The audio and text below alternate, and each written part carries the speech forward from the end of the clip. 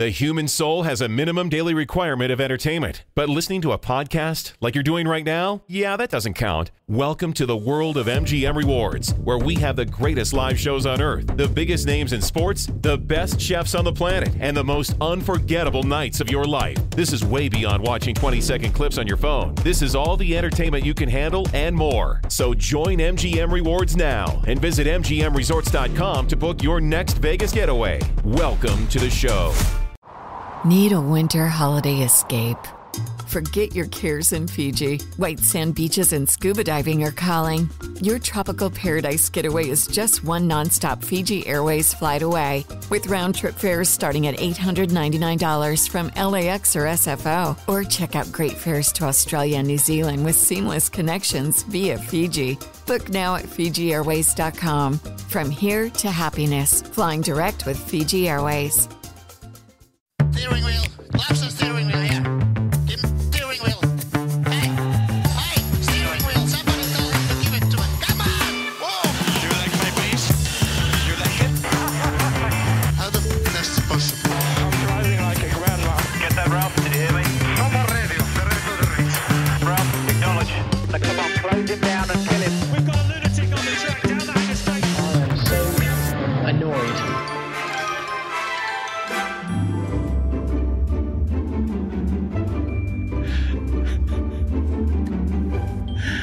Oh boy, welcome back to the Parc Fermé. This is Todd. No, Todd, not now. AKA Negative Camber. You know I've asked you here. You must convince the villagers that I'm harmless. That's exactly what I need you to do. Tonight, for your kind consideration, we are going to review the Belgian Grand Prix, so-called. Yes, that's what we're going to do. But in order to do that, I have to introduce my co-host tonight, which of course means... Wrecked from out of the wasteland. He's bad, he's beautiful, he's crazy. It's... Hello, everybody. This is Paul Charles, the International. It's Paul. Paul, how you doing? It looks a little rainy. I'm a little wet. So I've decided that I'm only going to be here for like 5% of the podcast. Okay. All right. Yeah. I think that's plenty enough for everybody. I think it's good. Yep. And I think we can officially call it a podcast if I'm just on it for the first 5%. I think that's perfectly reasonable. Yeah. Well, I have consulted the TPF podcast rules. If you answer 2 questions or more, it's officially a podcast. Okay. You're good. Because it's tough. It's rough out here. I can tell. You know, it's, I tell you, the hole in the ceiling really should have fixed that thing. I can tell. I love your raincoat there. Yeah, thanks. It's nice. Oh, it's brightening up. Oh, there good. you go. It's brightening up. I'm just going to have a bad hair day. Yeah. I do like your champion spark plug shirt, too. Thank you, sir. By the way. Yeah. It's very dashing. Yes. Hey, Paul, did you get know? an NGK plug t-shirt next Oh, time. NGK plugs would be good. Yeah, what do you use in that Aston Martin number 23 Harder Racing car? Bosch. Bosch. Of course you do. It's all over the place. Bosch. It's a good spark plug. It is. They make some good stuff. Yeah, they do make some good stuff. They're good with the electronics, those Bosch people. They are. They do Very well. smart. Yeah. Very smart smart cookies over there, Bosch. Mm-hmm. That's very true. Hey, Paul, did you know that sometimes it can rain over the whole damn circuit of Spa? I did for a very, very long time. Yeah. Indeed it can. I've learned that very recently.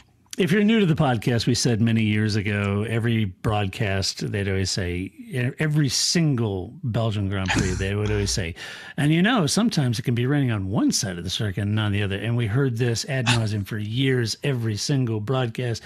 And it got to the point where Grace and I were just cutting our wrist over this thing. Right. So that's the inside podcast joke. And so if you see it on our social media, people will say, hey, Todd, did you know it could rain? Yep. Yeah. It's part of the ball game, too. Yeah, exactly. Yeah. So if you mention Spa being wet and dry, you go to jail directly. That's right. And it's become a TPF drinking game. Ridiculous. Yeah, it's kind of funny, but I loved this weekend because it can rain on the whole damn circuit. So. Yes. And the other one that you typically hear is that the Ardennes Forest, that's its own microclimate down there. Definitely is. Yes, it's own microclimate. As evidence. As is my bedroom, apparently. Yeah, right. Now, I know the shortest race in F1 history may not have a lot to talk about, but, that wouldn't be really in keeping with us. You know what we do on race reviews. We watch one, then we talk about it. Then we watch one, then we talk about it. Come on, Todd. Yeah, so we're going to talk about it. Don't get all upset with me. Stop yelling at Todd. We're going to talk about this. But if we don't watch one, a race that is, what do we do? Did it happen? Did it really happen? Did a bear poop in the woods? I'm not sure. Right. There's many questions. If a tree falls in the Ardennes Forest and no one's there to see it, did it fall? Yeah, I don't know. Did it make a sound? I don't know. If the FIA says didn't, it didn't. Well, the FIA says, conversely, the FIA said that a race did happen, Paul. So we are going to talk about what race didn't happen. Yes. So, look, folks, we're going to try to unpack this and everybody, let me just say this up front. Everybody needs to calm the hell down for a moment and let's just talk about this. I get it. I get it. I understand. Why are people, talking about it? Well, because of this. I'm not going to do a deep dive where I pull out the sporting regulations and I compare and contrast them and then the International Sporting Code. And there's other podcasts that will do a wonderful job of that. What we are going to talk about is some of the bigger talking points around it. So what actually happened at the Belgian Grand Prix? The Belgian Grand Prix was ran over just 3 laps, basically, due to the bad weather. It was unrelenting rain. It wasn't a torrential downpour. It just continues to rain the whole time, right? And it made it the shortest F1 race in history. Red Bull's Max Verstappen was declared the winner ahead of Williams driver George Russell and Mercedes driver Lewis Hamilton. The race was delayed for more than 3 hours following an aborted initial start procedure after the cars followed the safety car for 3 laps when they eventually did start or tried to start the race again. It was heavier rain during that time. Track temperatures are very low. Ambient temperatures are very low. Crowds were sat in the rain all day long waiting for a race to happen. They did get to watch the Porsche Super Cup. So they waited for that the entire time. The red flag was shown after the second lap. They came in on the third lap and they ended the race. But because the race had started and they ran more than 2 laps, it was officially classified as a race event with winners determined to have half points. Half points were given for this official race. Now, in order to unpack this race, we're going to focus on a few key topics of this podcast and some details behind those. These are the things we're going to talk about. Should this have been considered a race? Was the race just ticking the commercial terms boxes? Shouldn't fans have their tickets refunded? And the FIA's regulations, boy, they really seem to lack here, and they had a real lack of familiarity and apparently with the regulations, and that caused a lot of confusions. And then finally, we'll talk about should it have been a points paying affair, and what could we have done? So we're going to talk about some of those things. We'll hand out some awards as always. And with any kind of race like this, we generally have a lot of mailbag questions, and the good news is we have several of those to cover. So let's jump into the first topic, Paul, and talk about should this have been considered a race? Well, perhaps the simple answer to that is of course not. This was not a race so much as it was an attempt to race on 2 separate occasions, with the second occasion being worse than the first. But it did manage to achieve just enough for an official race classification to be determined a race. Having said that, Paul, there is this notion between the letter of the law and the spirit of the law and the regulations that we're discussing here of what constitutes an official race is if they ran 2 or more laps.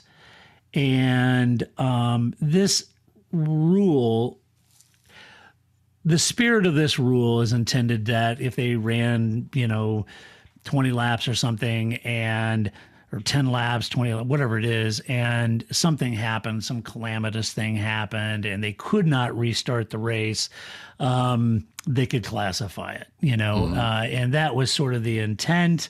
If there was some sort of major calamity and they couldn't start the race, they could classify it.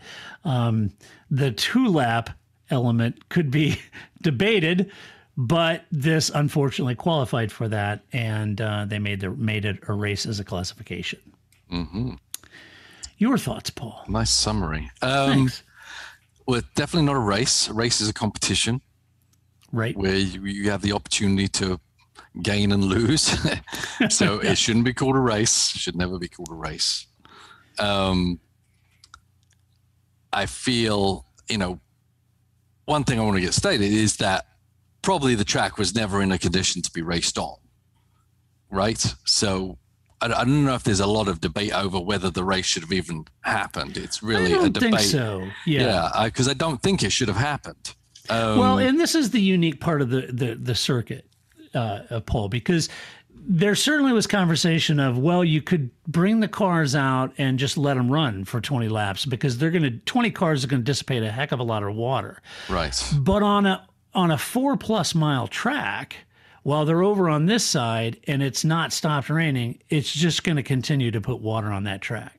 Right. Yeah. And I mean, to a degree, if it's not heavy rainfall, I don't know. It would have been better for at least give that a try than what they ended up doing. Right. Yeah, and so I think it being called a race, giving half points, I don't care about the half points generally, but I don't think they should be classifying it because of the race. I think basically they need to come up with a scenario where if a race cannot happen, then qualifying counts as a points paying exercise session, right? Mm-hmm. Not half points. I think that's a bit too extreme probably, but there should be something that obviously they're 2/3 of the way through the weekend. There's got to be some value to that. Qualifying is always important for any race. So I think it can be added value to a championships, etc. But I don't think any part of this has anything to do with race or results. And to your point, Paul, on qualifying, something really great was achieved during qualifying. There was some. I mean, there was a car out there. There was all these drivers competing against each other, set lap times. Mm-hmm. It's a legitimate competitive session, and that's what should be paid back to, so to speak, if it's quarter points, whatever. But I think the debacle of going through, doing those 2 laps, coming back in, giving half points and calling it a race, and then putting people on a podium, to me, that was insulting. The podium thing, I can't even fathom how those guys could even walk up there and do that. I think that for me, the most frustrating thing, not that they called the race, is that they don't have a better plan in place for these kind of situations. And everyone's saying, well, what could you do? Well, doesn't always get to be a reaction. There has to be a plan ahead. All different series have different ways of preparing themselves for these eventualities, right? And so, hey, what if it rains all day on Spa? What are we going to do? Well, this is our scenario that we still have an option on Monday to actually try and get the race in, or, we are taking the Spa qualifying, and I've seen it happen in some other series where we're going to add a second race somewhere else, and that's going to be the actual Spa race for competition, and we'll start everyone with the qualifying positions from the Spa race. I know that's maybe a bit far-fetched, a bit convoluted, maybe difficult. But for me, it's kind of how FIA always behave, is they're so stuck in the mud with their processes that they can't think outside the box. But you would have thought with the COVID thing and having to really, basically changing things on the fly, they were a bit more ahead of the game on these kind of scenarios. It's not, Spa has happened, it's done, whatever. I would think, Formula One is the premier championship in all of racing in all the world. Why do other series have more adaptability, more flexibility, more process in place to get races in, get the fans to watch a race, whatever, if there's some eventualities where for some reason the track isn't drivable on that certain day? Yeah, there certainly was a lot of discussion about why they did that and why they actually went back out and ran. And, Lewis very pointed about why he felt like they did. They felt like, and I think a lot of people thought, this is great. They go out and run a couple laps just so they could classify the race and tick the commercial terms boxes, right? Right. And I mean, let's be honest. Lewis was the first to immediately go beyond the obvious quote about it being a joke, and the driver's like, "Yeah, this is silly and it's not what we wanted." But Lewis went immediately right after the race and leveled the barrel and basically said, F1's doing it for commercial reasons. They're doing it. It's all about the money.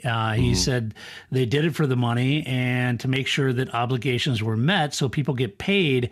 But he suggested, they did it for the money to satisfy all the commercial obligations, but it's the fans who suffered the most, and they should be reimbursed. And that was immediately after the race. There was much made about Stefano Domenicali's attempt at sort of engaging this notion that Lewis brought up. And he said, certainly, the fans need to be given the attention they deserve. And a lot of people said, given the attention they deserve is a terrible, what the hell does that mean? And they're really dragging him through the mud on that. And saying, okay, look, English isn't Stefano's, native language, and maybe he missed, a little translation issue there. I think he was saying we need to be, cognizant of that and what the fans went through and what they sat through. Yet he insisted that there were no commercial terms consideration as to why they ran and classified it as a race. He said, look, there was a brief window. We even stopped the clock to try to save us an hour for racing. There was a brief window, but they have to give a 10-minute warning. And that 10-minute, pretty much gobbled up that little window, that it was a little lighter, and by the time they got back out, it wasn't. There's, certainly a lot of heavy allegations made there about were they ticking the box of commercial obligations. And Lewis bringing up the fact that, look, the fans sat in the miserable rain all day long to see nothing effectively from a Formula One standpoint. I mean, we go back to mine and Grace's experience at Indy when we had that debacle. Right? So that's the closest thing I can think of it. No, it's very, very different. But there was a lot of people showed up to watch a race, and all we ended up seeing was a procession. 6 cars, I think, right? I think it was the Minardi, the Jordan, and Ferrari. Whoever was on Bridgestones at that point. Right. And that's not what all the people flew in for from different countries. We've been there the whole weekend, and the group, the FIA, the Formula One committees couldn't get over themselves to come up with a solution that they would all agree on. And so basically we ended up with this debacle once again. It wasn't like something couldn't have happened or a solution couldn't have been found. It was that everyone's got their own interests in place, and they just banged their heads together till it basically, destroyed Formula One at Indianapolis and Formula One in the US for a very long time, because of how they addressed it, where they're sticking the mud to their policies and no. What ended up happening was it was Michelin's issue, and it was Michelin. It's issue, right? And Michelin ended up buying everyone that went to the race tickets for the next year's race. Right. And so they did something that they didn't have to do. And yes, there was a race and there was no reason for compensation, but in the best interest of Formula One and the company, etc., that's what they ended up doing.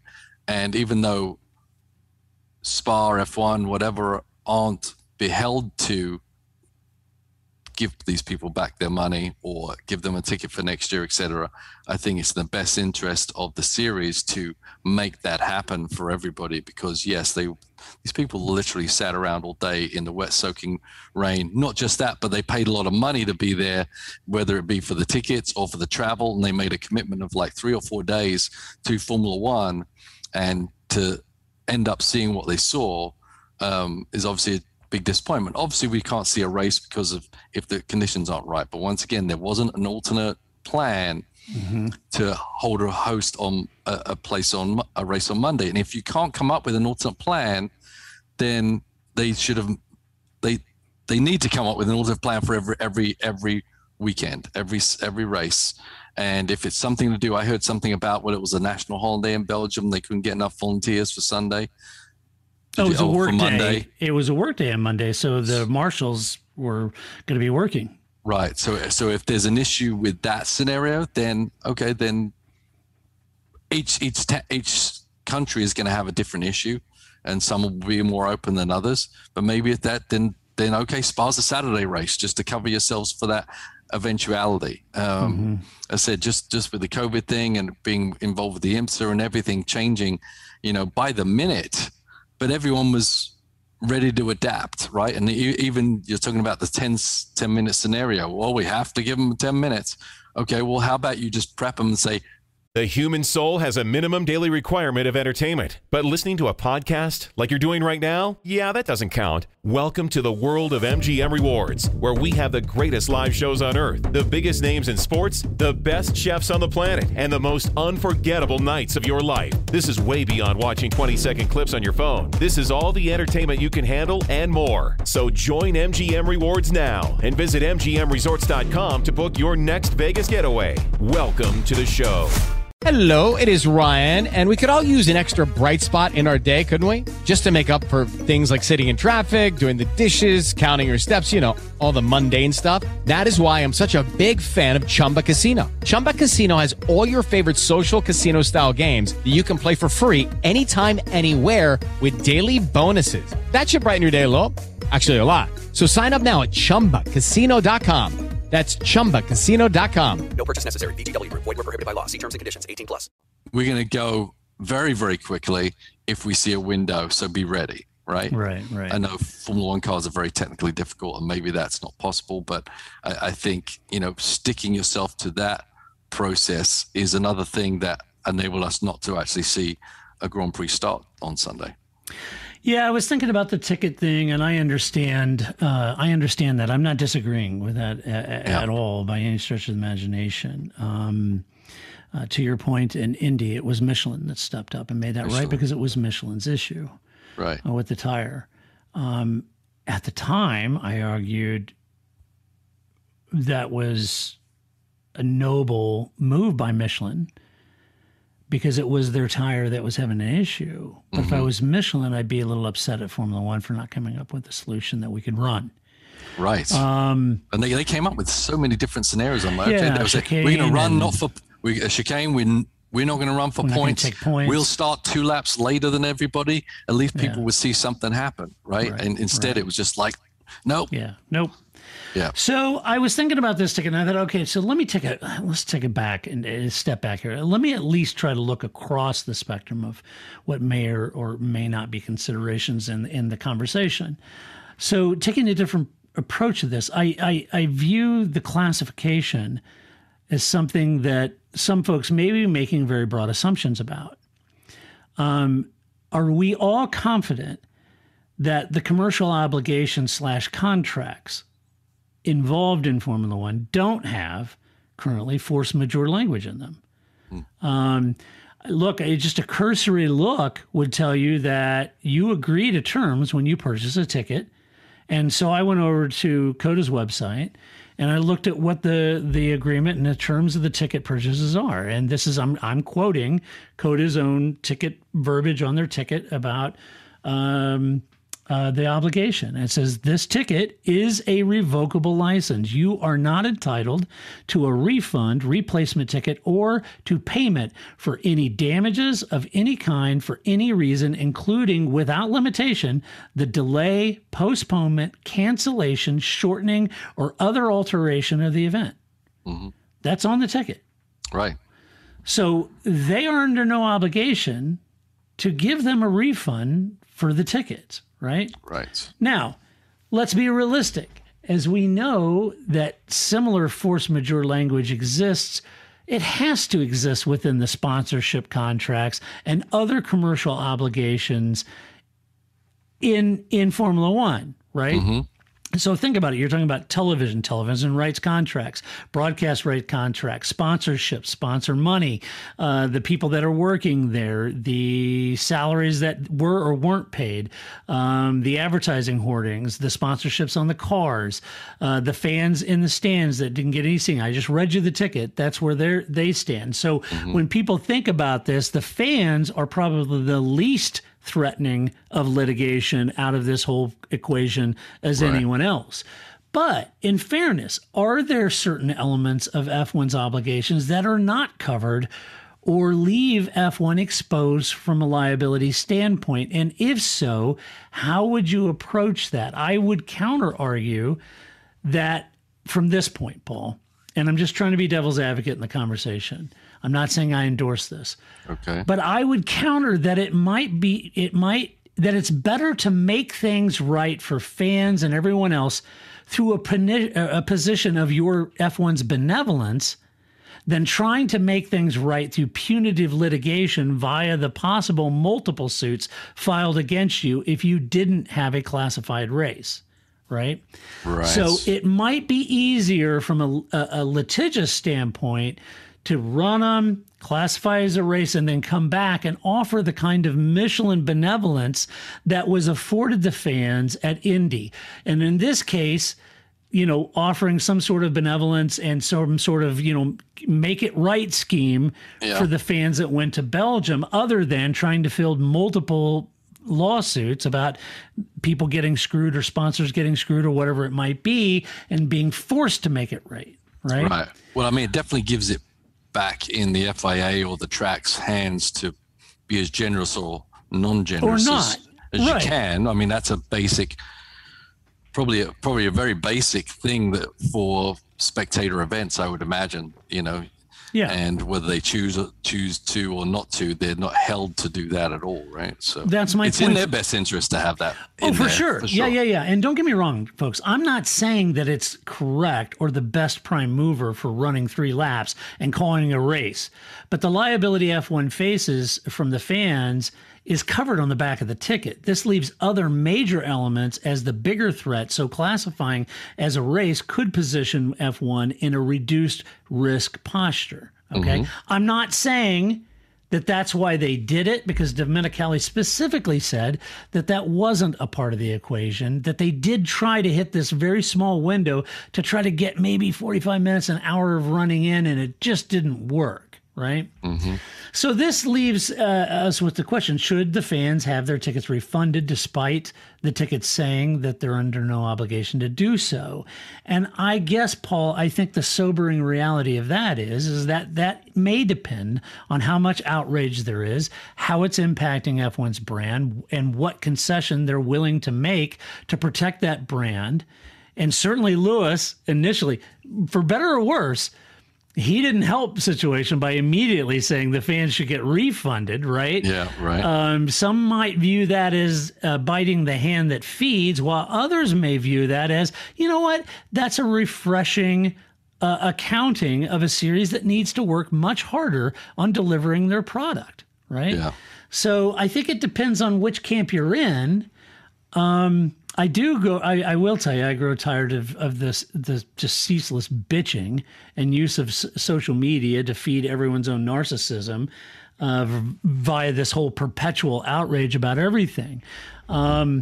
Certainly, if you were a fan and you went to that race, oh my gosh, that's brutal. I sat through the remnants of the hurricane in Austin, right? Waiting for something to happen. Right. And we were very much thinking that they just may cancel that race. I mean, it was torrential downpour, right? It was amazing that you even got it in, yes. It was amazing we even got in, but we're all really sitting there getting frustrated. We've sat here through delays and all this rain. And we were pissed off, and they have every right to be pissed off about that. And certainly the poor people at the Belgian Grand Prix, my gosh.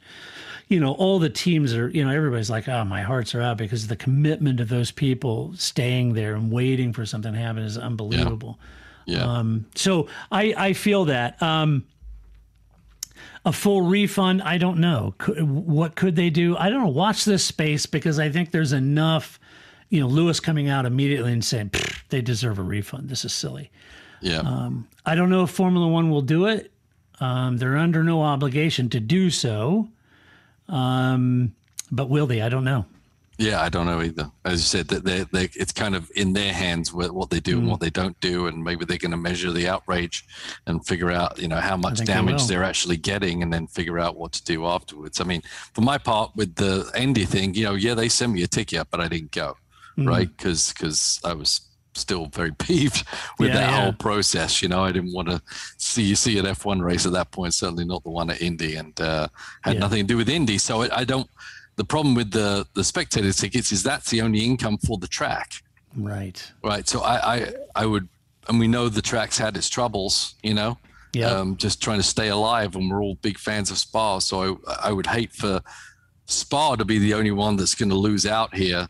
I really, if I leave on anything, I'm going to lean on the FIA to make the reimbursements or whatever they want to do F1, strong enough, rather than, kind of put pressure on Spa, the track, to do such a thing.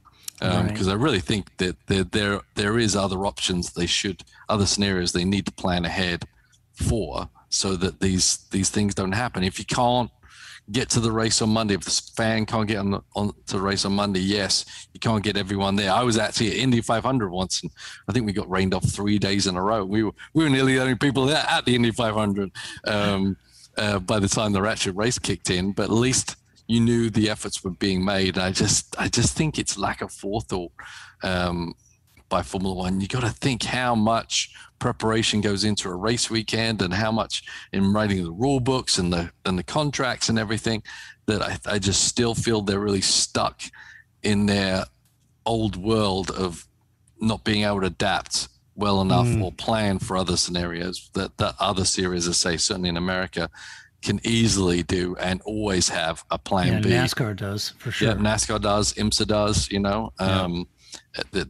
they always try and find a way to try and make it happen. Yeah, that the track was undrivable, get it. But that's the most disappointing side to me is their lack of ability to have a plan B. It kind of comes down to them being so anchored in their regulations and the regulatory oversight and the process, right? Right. The inflexibility, if you will, of the regulations. And I got to tell you, this weekend kind of exposed, it seemed like there was a kind of a lack of familiarity with their own regulations, right? Right. The FIA regulations can't contend with every permutation, but it did reveal to me that when tested to the furthest degree, that Michael Massey was a little exposed for not being completely steeped in all of the details of the regulations that he governs. And certainly in the case of Perez, it would seem that the teams may have known the regulations a little better than Michael did in that case, right? Right. There's no regulation that was specifically written for the 2021 Belgian Grand Prix. And as such, it's very difficult to expect instant answers for issues that haven't come up before, that a guy like Michael Massey has never faced, right? He's never faced this kind of thing. Right. I just wrote an opinion piece a few weeks ago about how Michael Massey is no Charlie Whiting, and how that's actually okay, because with age and experience comes wisdom. This event, let's be honest, this event would have challenged Charlie. Right. It hasn't happened before, and this would have challenged him too. I haven't forgotten the 2014 Japanese Grand Prix, by the way. Remember, delayed, and they started almost in the dark, right? And then Jules Bianchi tragically, had that accident. Yeah. So I haven't forgot about that. And there are other incidents where Charlie was absolutely castigated for making the wrong call. So let's be fair here to Michael in that sense. He had a very difficult situation he was trying to manage. I would also, and people were making, guys were telling Michael, about the regulations, and I would expect a guy that's as brilliant as Jonathan Wheatley, a seasoned Formula One veteran like Jonathan Wheatley, I would expect him to know the regulations as well as, if not better than Michael Massey. Better. I mean, look what we've had. We've had the F duct. Right. We've had all kinds of different scenarios where they read the rule book and the FIA write the rule book and they think everything's going to show up this way. And then, we've got the F duct, or we've got, elephant-looking noses, all kinds of crazy stuff. That the teams, it's in their best interest to look every single detail. Yes, and a guy like Jonathan Wheatley, James Vowles, the Shove over at Merck, Alan Permain at Alpine, these guys have been doing this for so long. They know these regulations inside and out, Yep. So I would expect them to know them really, really well due to their wisdom and experience that all of these guys have. And it's only time is what's going to take Michael to become in full command of an exhaustive set of regulations, right? And it's not all up to him. He has a stewarding crew that have to interpret these regulations and render judgment on a race weekend. Charlie very much, they'd go to Charlie, but Charlie would bring it to the stewards to make that call, so you can't put all this at the feet of Michael Massey. And he's got to have pressure also from the commercial side, right? From commercial side of F1. Yeah. Exactly. Look, Indy, Bernie Ecclestone very much involved in the Indy call. Japan in 2014, very much involved in that. So it's not Michael working in a vacuum. He's got a stewarding group. You've got the commercial rights holders who are involved in this. Everybody's involved in that, The FIA and team, I will say that the FIA and the team's confusion over the regulation set is what created some of the broadcast confusion. And I have to admit, in this case, if you've confused a guy like Martin Brundle, you've done a really good job because Martin, like those team bosses, he's been around this sport a long, long time. He's no one's fool. And if he's struggling to make sense of what's going on, then he knows the rules pretty damn well himself. Yeah. And I think, everyone had the best intentions. They did. I really think, they had the best intention of trying to put on a race. And being that person, which I've been a couple of times, but obviously nothing like Formula One. There's a lot on you, and you're interpreting maybe your own rule book, and sometimes it's very, very difficult decisions. And I think Michael Massey is definitely a guy that was doing everything he could to try and get the race to go off. Yeah, I just think the structure of the system of a Formula One weekend is too rigid for him to go anywhere. And, maybe he's just hopeful, unrealistic. I don't know, we're all hopeful and unrealistic sometimes when we really want something to happen, where if we can just get a race going, this whole scenario is going to go away and we're going to be just talking about the race on Monday. But unfortunately, that was never to be. And what would have happened to Michael and the stewards had they sent him out there and something horrible would have happened. Right, someone would have got seriously injured or worse, right? Yeah. I mean, he's already under pressure after pulling the red flag with Lando, right? Yeah. Right. He was already taking heat from that. Yeah. Look, folks, you have to have some deference for that. To castigate everyone, you're taking commercial, but look, there's a lot of liability issues and exposures and everything that's all involved. There's liability and issues and even within driver contracts, about force majeure and things that can't be helped. No one involved in Formula One can control the weather, and so it's very difficult to do. And this brings up kind of the last talking point I want to talk about. Should it have been a points-paying race, and what could we have done? Let me read a couple of my bullet points, Paul, and you jump in where you see fit. First of all, the count back of the laps. Let me try to unpack that a little bit. They're saying, well, it's crazy because they ran, 2 laps and, should it even paid because they really paid it out on the first lap. That's how they did it. And okay, so... Okay, let me try to explain a little bit of that. The count back on laps to lap 1 as the results is a factor that is meant to balance a race in a situation where there was something that happened that upset the running order. In the case of the red flagged race, with carnage involved, such as we saw in Brazil, the count back actually ended up awarding the race win to Fissy when that happened. And Jordan, and gave the win to the Jordan. And that was based on the running order of the penultimate lap of when the red flag came out. And that is intended to account for a bunch of carnage that may have happened that upset the running order at the lap that it actually happened. Right. To make the result fair. And we saw that a few years ago in Brazil. And it took them a day or two to right that. And then gave the trophy rightfully to Jordan and Fisichella, right? That's what that count back to laps was. There was it goes back nefarious. to the last legitimate racing lap. Right. Yes, it's nothing nefarious that, Michael Massey or the FIA or Formula was trying to do. That regulation is there to count back. It's confusing as hell, and you've got two different regulations that are sort of at odds with each other there, and I understand that, but that's the spirit of what that regulation was intended. When you apply the letter of the law, it seems a little weird and conflicting with what happened here, right? Yeah. So I understand that. Go ahead. You were going to say something. Well, I just think it doesn't matter if the cars did 3 laps, 2 laps, did no laps. It doesn't really change anything. No. Right? It doesn't change anything for the people. They never saw a race whether the cars moved or didn't move. Right. Right. We could parse.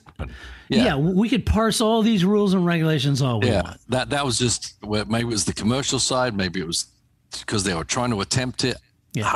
Honestly, I don't really care. No. Because the race didn't happen. That's just the reality of it. The race didn't happen. I don't think, Yeah. And it's tragic because of all those wonderful fans that were there sitting through the rain all day. I've been there. I sat through the rain of the hurricane at Coda. And I understand, but I got a race in, and they didn't, and that's brutal, And by the time that the rain finally let up in Coda, it was a hell of a race, Right, it was. It was a fantastic race, and I wish that would have happened in Belgium because we love there. In my mind, there's very few tracks that are better than Spa. Yeah, and no, for sure. And I just love that track. Yeah. Now, Paul, you said it earlier. If it was me, yes. I think I would have had a muted podium celebration. I don't think I would have had a podium. Well, you ask, why would you have anything at all? Why would I have had anything as well? Because with Lucky Land Slots, you can get lucky just about anywhere. Dearly beloved, we are gathered here today to... Has anyone seen the bride and groom? Sorry, we're here. We were getting lucky in the limo and we lost track of time. No, Lucky Land Casino, with cash prizes that add up quicker than a guest registry.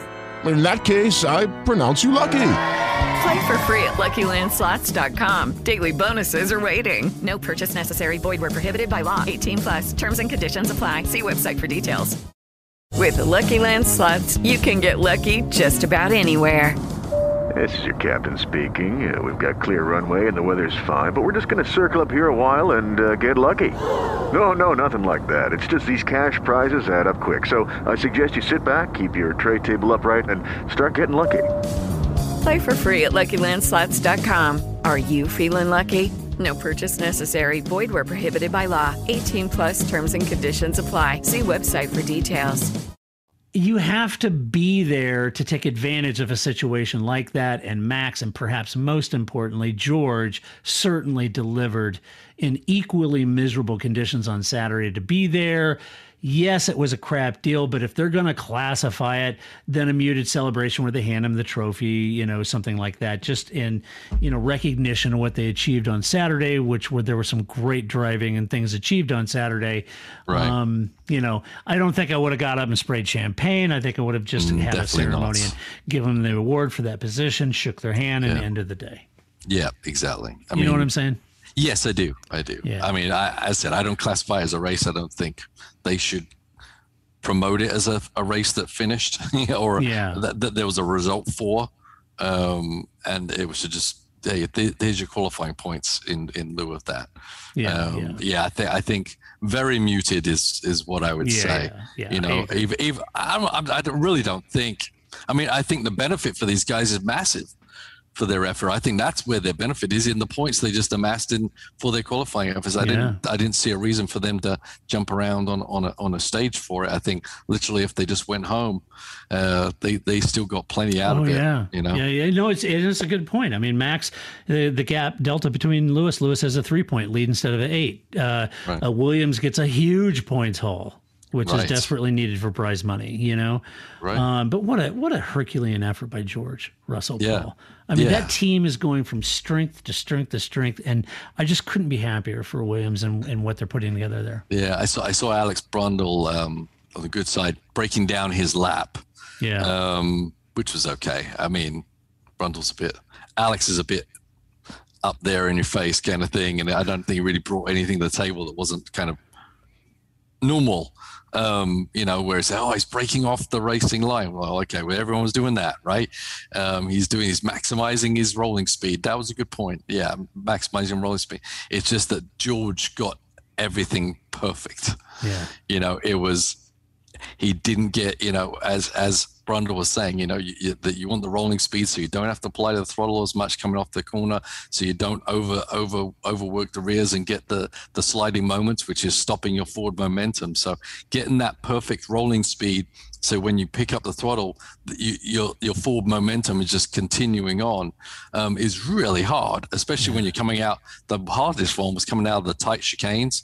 I mean, that's the easiest place. You just give it a little too much throttle, and then the back end just moves out a little bit, and that's lost time.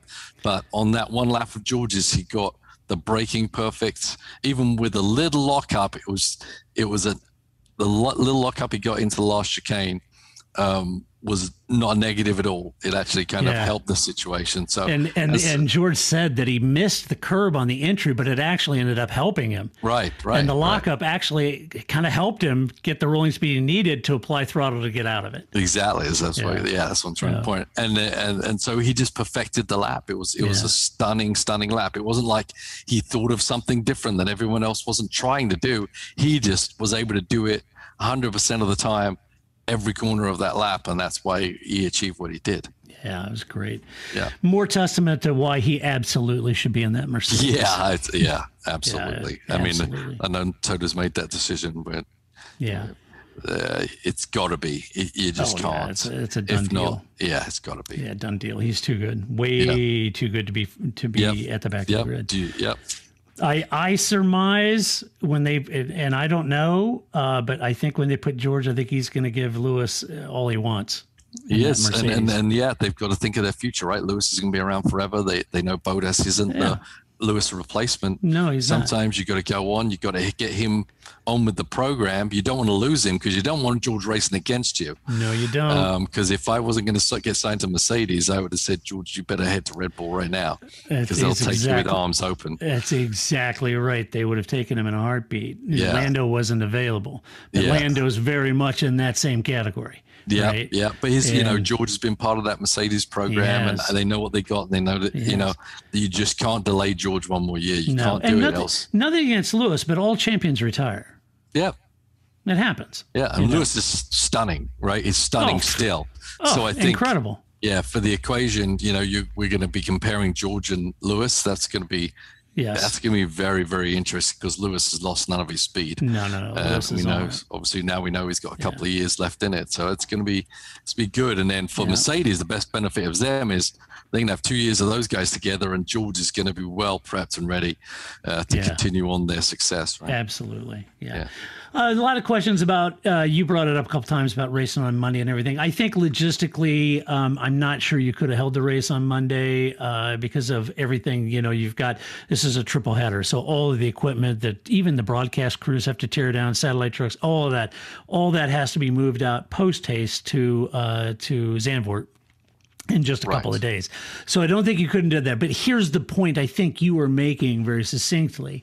This is where I do think Formula One could do a lot better. I think F1 could look at challenging circuits such as Spa, Interlagos, Silverstone, back when we had Malaysia, Japan. I think you can look at some of these weather-impacted circuits and circuits that make it difficult in these kind of situations as not contenders, for triple headers. Right. And even go further by possibly penciling in a Monday or a Saturday contingency program to move times and dates as needed based on local radar around that. I know, and here's the thing, if they looked at the radar on Sunday, they should have just, thrown the Porsche Cup race or the support race out and moved Formula ahead. Right. Okay, but there's legal contracts that are signed with those support series. You can't just chalk them out, right? I mean, you could, but you're going to pay for it. Right. But no, absolutely. You're right. And there's contracts with, and then the race has to be live and all the TV revenue from these, I was thinking about that a little bit but there's ways to get around it, and it's nothing's going to be perfect. No. And yes, maybe you have to tell the support series to go home and you pay them all, but that's a lot better benefit than actually not having a race at all.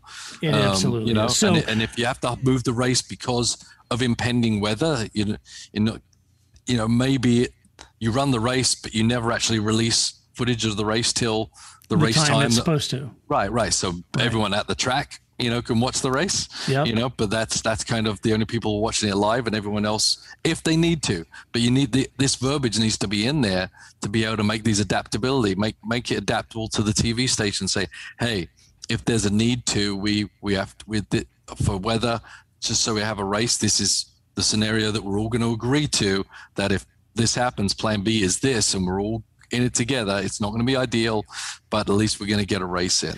But some of these things have to, these changes, these possible contingency programs have to be built into broadcast rights, contracts, and those contracts have signed, they're already done. ESPN's carrying it here in the States. Sky is carrying it. These are the broadcast times that they're supposed to happen. If Formula One had to move it up 2 hours, that's a 2 hour earlier broadcast. There's already programs that are already broadcasting at that time. Should you do that, all the fans are going to be tweeting live. Everyone's going to know the result before you actually show the break. There's a lot of things you all have to consider, and, possibly moving the day would be easier than moving the time.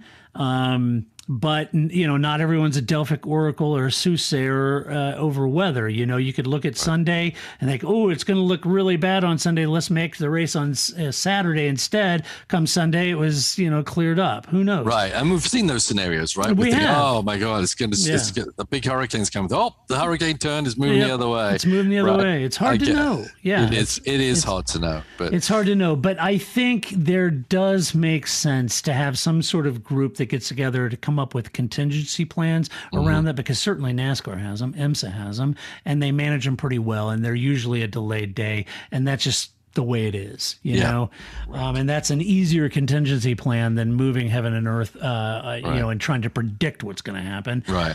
Reacting to what happened. So anyway, it's a difficult situation. Look, folks, I'm not trying to say there aren't legitimate reasons to be upset about it. And certainly if you're a fan that went to the Belgian Grand Prix, I certainly understand and I feel for you. But it's a difficult situation. And I think, look, nobody needs to be beheaded over this thing. Okay.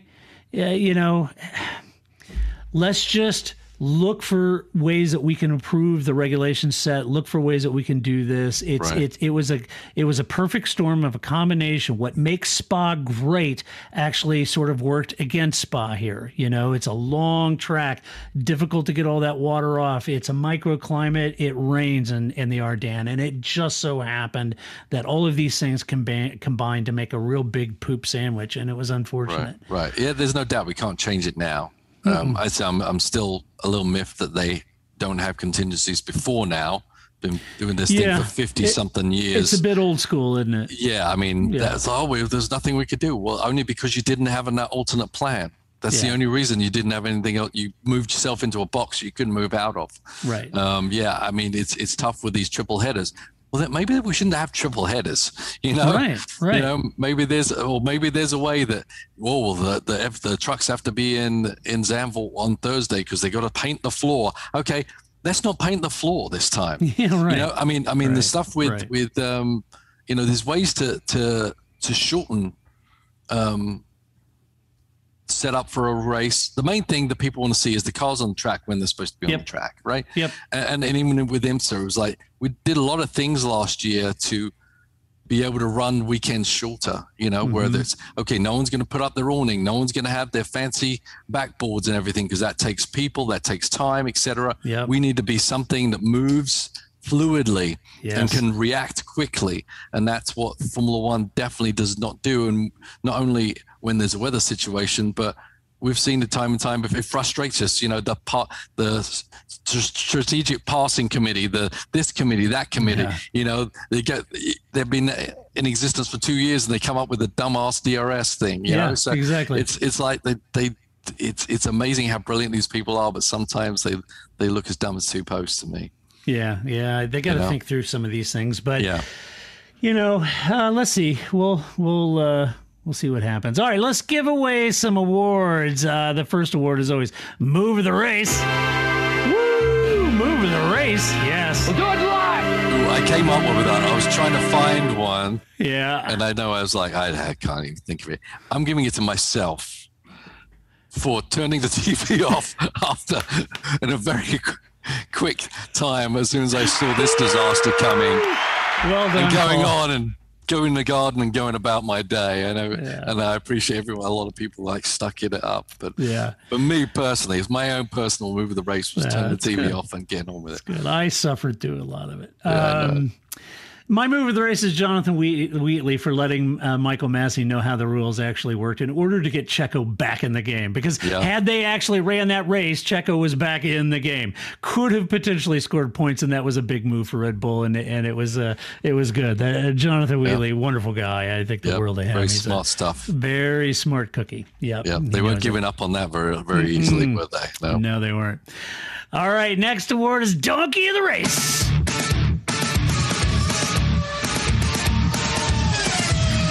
Yeah. Too many. It's a herd of donkeys. Yeah, there was a lot of donkeys. But I got to give it to the person that prompted this radio interaction from Lewis to his team after Lewis got out of the car quickly to go to the bathroom. Here it is. I went to the toilet. The one I went to, someone had dropped a crazy bomb in there. It was the worst thing ever. The pros and cons, Lewis. It's going to haunt me for life.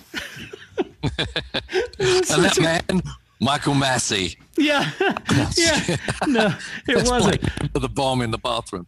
Yeah. But here's the funny thing. It almost was naming and shaming because during the live broadcast, Karun Chandhok was standing there as Lewis jumped out and ran to the bathroom, and he could see, where the bathroom's, and Karun said, "Oh, well, Lewis is jumping out for a comfort break." And then Karun said on live, he goes, he actually went in to open the door, and he said a gentleman just came out, and he said, Karun said, "Oh, it's one of the French F1 journalists." So we know that it was a French F1 journalist. We just got to figure out which French F1 journalist. Yeah. Karun knows who it is. So Karun, don't hold back. You know who dropped wolf bait in that bathroom that Lewis had to suffer through. It was hilarious. Know what they say: never eat a curried stroopwafel before a race. Right. They'll come back and bite you. Yeah, exactly. So anyway, poor Lewis had to put up with that. All right. Well, that leads us to Drive of the Race. Good God. Yes, Drive of the Race. Paul, I've got to give this to George Russell. Why the hell not? I'll do it too. I'll join you. Yes, George, you know what, man? What a great qualifying lap. Yeah. To put that Williams P2 ahead of a guy like Lewis Hamilton, what a great move, Had no business being there by any stretch of the imagination. To do that was a great move. Yeah. No, perfect drive by him. Definitely well deserved. Makes Toto's life a lot easier. Even though Toto said their decision's been made, it's like, oh, well, there you go. Yeah, well, I just read some rumors today that Kimi's going to announce his retirement in Monza, and that's where Valtteri is going over to Sauber. Which, to me, it makes sense, but it's unfortunate because I would have liked to have seen Mick Schumacher move over to Sauber in that empty seat. Who says he's not? Well, he could. They could just chuck Giovinazzi. Yeah, you've had plenty of time. Yeah, I mean, the most likely thing I was thinking was that Bottas would stay in Mercedes camp and move to Williams, right? But I thought he would move to Williams too. Maybe he doesn't want to go there, considering. Well, to be honest, maybe Williams doesn't want him. Yeah, maybe. I don't know. Yeah. All right, let's do some mailbag. You've got mail. We got lots of stuff. First up, Alex says the race at Spa shows me two things. Number one, Michael Massey is no whiting with all the confusion with the rules in the pit lane on Sunday's rained out race, alongside with the terrible crash in Q1 with Norris. It should have been red flag due to the rain. Massey has shown time and time again that he perhaps isn't the best choice of race director. Alex, I understand your point. I will say that, to be honest with you, I'm not sure anyone could fill the shoes of Charlie Whiting because, maybe Herbie Blash, but Charlie had been there for so long, has seen everything in Formula One. Those were always going to be very difficult shoes to fill. They really were. I think Herbie Blash had been there too and has seen a lot. Yeah, he probably didn't want any part of that piranha no, paddock. I'm sure Herbie Blash knew, he didn't want that because this is for this reason, right? Yeah. It's a difficult position to be. I mean, really, I don't know. And it is, as you were saying, it's going to take years of experience if he can last that long. You know, there's not like thousands of race directors out there and you just choose the creme of the creme. There's not that many out there, quite honestly. No. You got both Barfields, etc. And it's a really, really tough job because you've got the paddock on your neck, trying to get everything for themselves and not really caring, anything about the big picture sometimes, or you, so you really kind of always get your back up against the wall being in that position. So I don't think he's doing a bad job. I think he's a pretty calming voice and calming influence. He's not going to get it all right, but no one ever does, I think he's trying to be, Charlie was hard but fair, right? But I met Charlie, couldn't have been a nicer guy. Right. And I think Michael's trying to approach this job in a very measured way because he is an absolute target for these teams, and they're all shooting at him. Every single one of them. They see a weakness, right? I mean, Charlie was there, and as you say, he just called a spade half the time, whether you like it or not. And he built up that rapport and that authority within the paddock over the many years he was doing it. He did. And that replacement means, they're going to go for weakness. And I'm not saying Massey's weak. I just think, he's got a ways to go to get everyone, just to kind of give That's what they call it, the Piranha Club. If there's blood in the water, those teams are going to go for it. They will. Yeah. So, I understand your point, Alex, but let's give Michael a little breathing room here. It's a tough job. His second thing he notices that Sebastian Vettel is our F1 dad. He said, honestly, he is now, could you get a more caring guy on the grid checking on Norris after he exclaimed that Q1 qualifying run should be red flags as a class move? Is so much more than that. His encyclopedic technical knowledge, his incredible love for F1 history, he seems pretty placed to maybe be the next Charlie Whiting. I don't know that he would even want that job, but I do think Sebs becomes kind of a fun elder statesman F1. I think he's sort of endeared himself. I don't think he would want that job, but we've always questioned on the whole setup of the stewards and the race director. I think there could be a shake-up there where they maybe played it a little different, and Seb would definitely be someone who you would want as the permanent, a permanent position in the Formula One tower there. I think that would be great. Yeah, I think he would be good in that sort of role. Yeah, he would. Yeah. Let's see. Pat Goodman says, is it possible for the rain at Spa to fall on one side of the track and the other? Yes, Pat, it is. It is possible for the whole damn track to be rained on. And in the Ardennes, it absolutely is possible. He said it should have been called the non-race, no points. Understood, Pat. David Hughes asks, so a bunch of questions from this Sunday's race. Can you tease out why the original second lap behind the safety car didn't get credited as the racing lap? I think I mentioned that on the count back. Right. Also, why was Perez allowed to remain in the garage as his repairs had been completed? I'm a Perez fan, but doesn't that seem a bit unfair to all the other teams who were stuck outside to cross over, not allowed to cross again into the garage side of the pit lane? Similarly, how official is the verbal declaration of retirement from Red Bull considering that they ultimately were able to unretire it? Yes, so... They officially retired that thinking that the race had started initially, but on further review, I think Red Bull and Jonathan Wheatley said, no, wait a minute, hold on. It was an aborted start procedure, and therefore technically the race hadn't started. So I think a very quick Red Bull team wall, I think Jonathan and others at Red Bull quickly sussed out that now actually the race hasn't started and technically the outside assistant doesn't apply there, and made that case to Michael Massey. The stewards found that in favor. You bring up a decent point, though, is all the other teams were in the pit lane and staged there, and he was able to stay in the garage. But again, as the race technically had not started... It was luck of the draw. It was luck of the draw that he was positioned in the garage. I mean, he could have come back. If all the cars would have come back down pit lane before the aborted start, they probably could have put him in the garages before the aborted start. But on an aborted start, they went back around, and then when the red flag was thrown and they were staged. It was just luck of the draw. That's usually usually a negative, right? Because you're stuck in the garage when everyone's out on the track. But this is the one case where that was actually a positive for him, I suppose. I mean, I with the IMSA team, I'm the one that if we had to withdraw from the race or do that, I'm the one that has to enact that through the IMSA systems, etc. So I'm wondering if they did it verbally or they actually went through the whole process and did it digitally to retire the car. Either way, I think. Okay, round two. Name something that's not boring. A laundry? Ooh, a book club. Computer solitaire, huh? Sorry, we were looking for Chumba Casino. That's right, ChumbaCasino.com has over 100 casino-style games. Join today and play for free for your chance to redeem some serious prizes.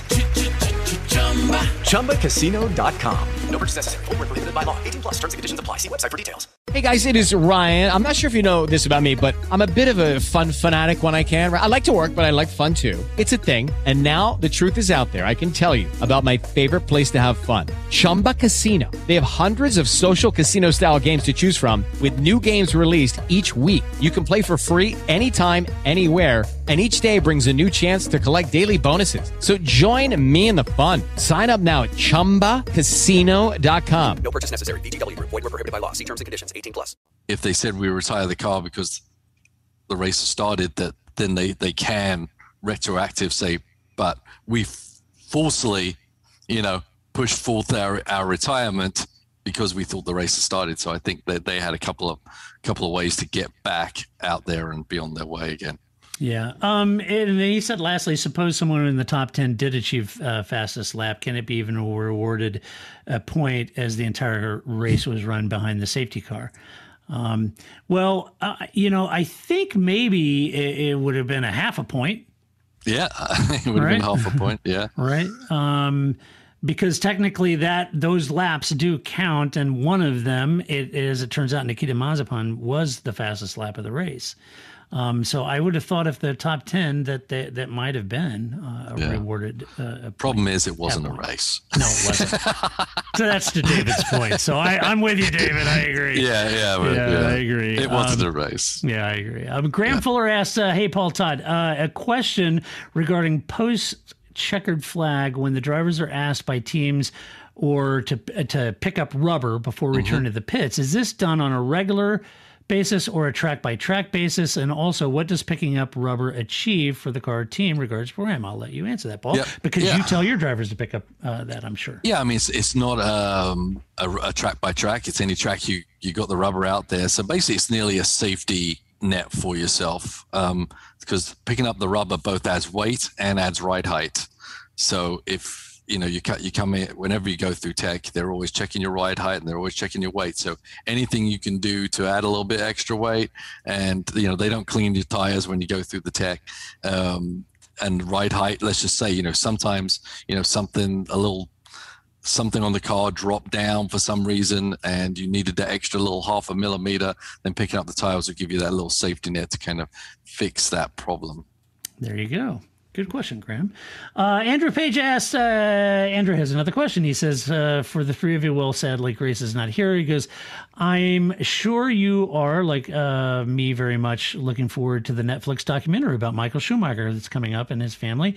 We all know as fans how much of an impact he has and still does on our much-loved sport. But what I really wanted to know is what your hopes and expectations for the movie are, and what do you hope that we may learn from watching this video? I'm sure he will still have all of our love and respect after the credits roll. Thank you, Andrew. Mm-hmm. So, well, let me speak because Paul probably wasn't the biggest Michael Schumacher fan ever. Correct. He was not a big fan. I am a much bigger fan, as evidenced by the picture behind me, of Michael Schumacher than Paul is. Paul was a Ronnie Peterson fan. And I was a lot of people's fan. Yeah, you're a Senna fan. Michael definitely. Yeah. I was. I was a lot of people's fans. Ricardo Patrese. Patrese, big fan of that. You just were some a of the big things. fan of Nige. Not so much, but you were a fan of Damon Hill. Yes, I think what Damon did to achieve. I don't know if you read the book or not. And the more I know about what he did to get there, I was very much a fan. But I know you're a big fan of Sir Jackie. Yes, massive fan of Sir Jackie. Autobiography. Yeah, and I was a fan of Schumacher's talents. But I think the dark side of Schumacher, I wasn't a big fan of at all. Yeah, I was. Yeah. Yeah. So you like people punting people out to win championships? Is that what you're saying, Todd? Yeah, it's Formula One. Hey, Paul, you know what I'm saying? I'm saying this. And if you no longer go for a gap that exists, you're no longer a racing driver. There you go. Or if your car is broken and you know you're not going to make it around the next corner, you might as well take the other guy out. Park it or take it out. Yeah. That's it. Rosberg took a page out of that. Yes, no, Andrew, I'm a big fan of Michael. I always have been. My fave is Jim Clark for a host of reasons, and New Valor is another big favorite of mine. But so is Schumacher. Big fan of Schumacher. Look, yes, he had a dark side. That there was a couple questionable moves, but I think I could pin some questionable moves on just about every one of the champions if you really want to know it. Certainly could pin questionable moves on Senna, could pin questionable moves on Prost, could pin questionable moves on a lot of champions. Lewis, no different. There's some questionable moves by Lewis I certainly could pin on him. Vettel, you could pin some aggressive questionable moves, banging wheels in Baku, right? It happens. It's the red mist. It's racing, but Schumacher redefined this sport. Period. From a driver's perspective, what he did, I think, was otherworldly. I got the pleasure of watching him race, and I've talked to a lot of people. Steve Matchett, I've talked to a lot of people. Steve has his own opinions about Schumacher, but I've talked to a lot of people in the paddock about Michael and his craft, and it was otherworldly. There's no doubt about it. He won all those championships in multiple teams, multiple cars, in that sense. And everybody always wants to talk about 2000 to 2004, but you're missing 1997, 1998, 99 in a Ferrari that had no business winning. Right. What he was able to achieve in that car, what he was able to achieve in that Benetton, and get to the point in that Benetton was otherworldly. And I might add, Lewis has the luxury of being in the best car in that grid. Eventually, Michael was in the best car in the grid in 2000 through 2004. There's no doubt about it. But what he did to get to there was amazing. So what I'm hoping for in the documentary is just a great refresher of all of his achievements, the type of racer, his racecraft, what it would highlight. A lot of people castigated Michael, and there was a part, being German, where he was trying in the early days to sort of be open, sort of with his thoughts, but the British press did what the British press does, and as That's Lewis, right. yeah, exactly. So the British press really hounded him. It made him sort of keep the press at arm's length. He had no real interest in that. And you could say, well, that was Michael, but look at what they did to Mika Hakkinen too. They annihilated him in the press. And it was unfortunate because Mika's a super cool guy. Right. And what the British press did to him, because his English wasn't his native language, so his sense of humor didn't come across that well. It did to me. I loved it. But so, yeah, I hope that out of the documentary that it shows Michael who he was as a father and as a husband. Yeah. And how much love he had for his children and his wife, and how much love he had for the sport and for the fans that support him. And I think that's probably what we'll see. Yeah. I mean, I loved actually Michael when he was driving that Benetton. As I said, I think that was my favorite time of watching Michael Schumacher, was jumping in that Benetton and just making Benetton just a top flight team. And it was awesome. So for me, it would be that balance, looking at that balance between the dark and the light side, because there is a very light side. And I've heard several things about him that, he'd do everything and anything for the people in under his umbrella of friends and family and everything like that.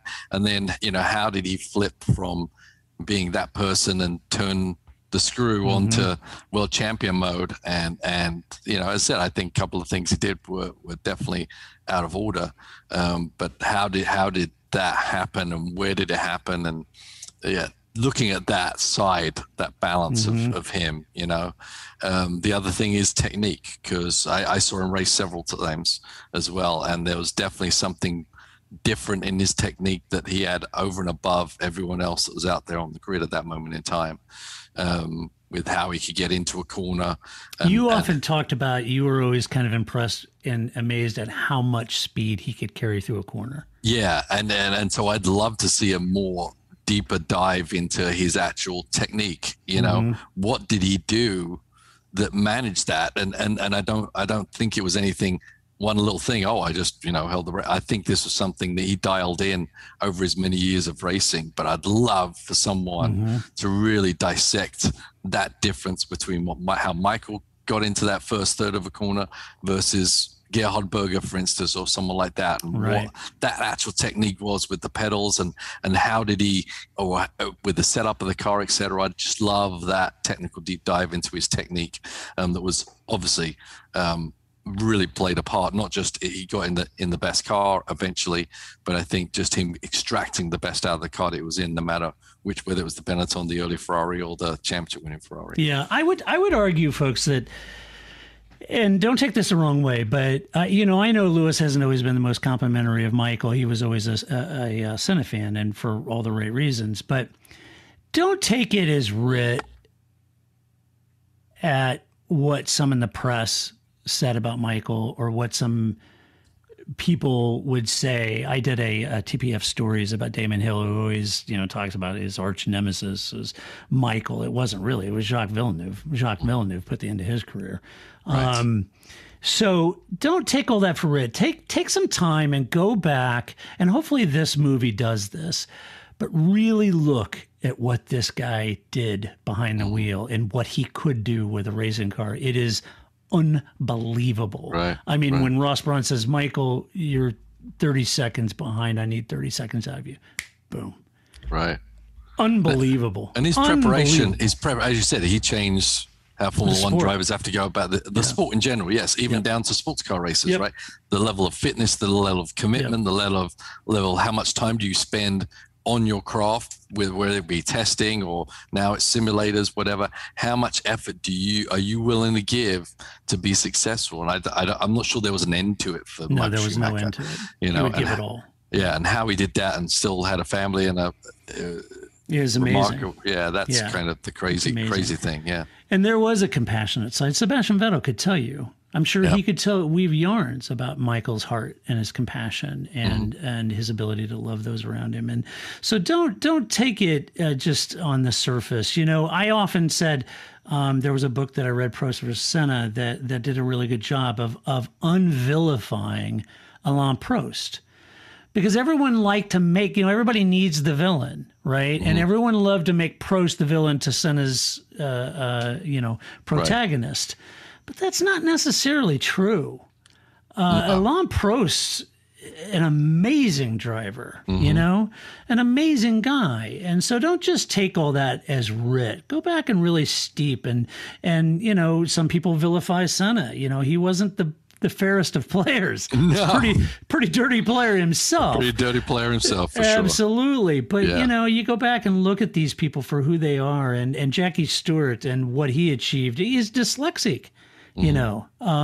Before being a Formula One champion, he was a skeet shooting champion, national champion. It's amazing, So all of these people, stop dehumanizing them as just these numbers and 7-time champion and this, these people are people. And I hope it humanizes Michael a little bit, because he's been dehumanized, I think, in the press and the media over the years. And I don't think that's fair. Yeah. And it's a little depressing also that with having this documentary without Michael being able to be a part of it, it's still obviously a horrible thing that happened. And to me, it's not that I'm emotionally attached to Michael Schumacher, but it's still difficult for me to watch things like that when what he's going through what right position now. they're right now, him and his family, etc. So it's very personal to me, because my dad had an aneurysm, a bleeding in the brain. He had that twice, as a matter of fact, and it had a massive impact on our life. Right. And I know exactly what Mick Schumacher and Gina Marie are going through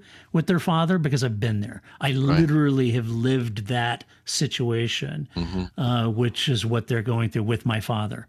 And so it is fiercely personal to me, and what they're going through with him right now, because I've been there. I know it. I know the pain. So anyway, great question, Andrew. I'm really looking forward to seeing it, and I hope it's done well. So anyway, all right. Well, with that is the end of the Belgian Grand Prix. That's what we think, but how did we talk this long about the world's shortest F1 race in history? Well, the race that wasn't a race. The race that wasn't a race. I don't want to keep having to correct you. Yeah, right. But I will. So anyway, but that's what we think about it. Let us know what you think about it. Look, we all can differ in our opinions. I've tried to add at least a couple sides of the argument. I try to be measured in the way that I present this, but certainly have my own opinions about it. But I want to represent both sides of it, and then let you draw the conclusion. But let us know what you think about the race. In the meantime, if you like this podcast, go over to iTunes, give us a good rating, give us some love over there. We could not and would not do this podcast without the support of our Patreon supporters. It is because of you that we are here doing what we do. If we didn't have you, we wouldn't exist as a podcast. So thank you so much for your support. If you aren't supporting the podcast and you really like it and you're so inclined, you can go to theparcfermé.com. On the right-hand side says support us. Click on that and you can support us in which way you feel led to do. And Paul, we have 3 races in a row, my friend, and you have some activity of your own. Yes, to squeeze in. I do. I've got, I'm not doing no race next weekend either. So that's good. We should have had 2 Grand Prix before I go back to racing, but I've got Laguna coming up pretty soon with our now 2-car. That's what I was just going to say. Tell everybody you guys are now running 2 cars. Yeah, it's been a lot of work in the backside of things. It's basically you're creating a whole new team. So is Ross going to drive and Ian then? Ross and Roman are going to stay as a team. Because they're hunting for the championship, so we didn't want to disrupt that. So who's driving the car now? Alex. Ian and Alex. Alex was the one who was originally scheduled to drive with Roman, but was stranded in New Zealand for a year and a half. So he's finally be able to make his way back here. So we're fielding a second car for Long Beach, Laguna, and VIR, and probably get everyone back together for the. What's the number of the second car? 27. 27. So the 23 car and the 27 Aston. Yes. So 2 Astons now on the grid. Awesome. So it's exciting. Yeah. But as I said, it's a lot of work because you got to balance splitting team members out of the team and then bringing new team people in together, and you got new trailers, you got new. It's a lot of work to add in the middle of the season. If you prepped at the beginning of the season, that'd be different. But right now, on the go, trying to win a championship and then add another car our main goal is to try and win the championship. So we're trying to make it as less disruptive as it can be, and it could be an asset in the end, right? So that's what I hope. Yeah. Well, might be pretty good. Get Ian out there as the wingman for Roman. That's right. Yeah, so guard that 23.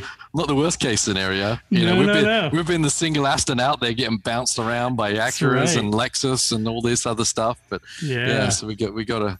Now you got two Astons coming. Yeah, bringing some heat to the fight. Yeah, that's absolutely. right. Yeah. Now all of a sudden it's a game of numbers. You got Ian back there running tail gunner. Mm-hmm. So we'll see how it runs out. Yeah, we'll see so what happens. That's exciting. So guys, watch that IMSA race. The number 23 Harder Racing, Aston Martin, fantastic team with Paul and Ian and this entire team have put together this year, fighting for the championship. What a great season for you guys. And I could not, having known you as long as a man, as a dear friend of mine, I could not be happier for you. So this is so awesome. So make sure you guys support that team and follow them in IMSA. It's a great series.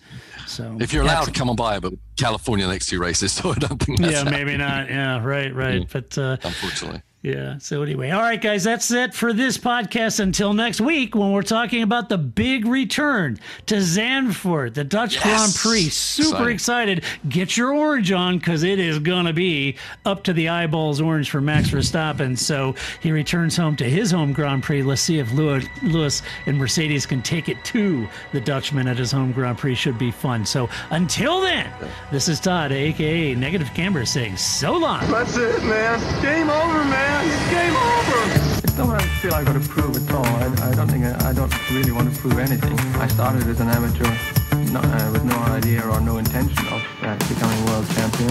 I was curious to find out what it was like to drive a car fast, to drive on a certain circuit, to drive a certain type of car. When you wake up well-rested on a great mattress, everything becomes clear. I do have a favorite child. Things you missed when you were tired finally reveal themselves. I use memes as a coping mechanism. It's Mattress Firm's once-a-year sale and clearance. Get up to 60% off select Sealy, plus a free adjustable base, all with free and fast delivery. Deals this big won't last long, so don't miss out. The right mattress matters. We'll find yours. Restrictions apply. See store or website for details. When you wake up well-rested on a great mattress, everything becomes clear. I do have a favorite child. Things you missed when you were tired finally reveal themselves. I use memes as a coping mechanism.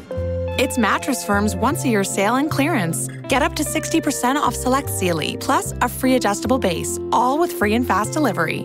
Deals this big won't last long, so don't miss out. The right mattress matters. We'll find yours. Restrictions apply. See store or website for details.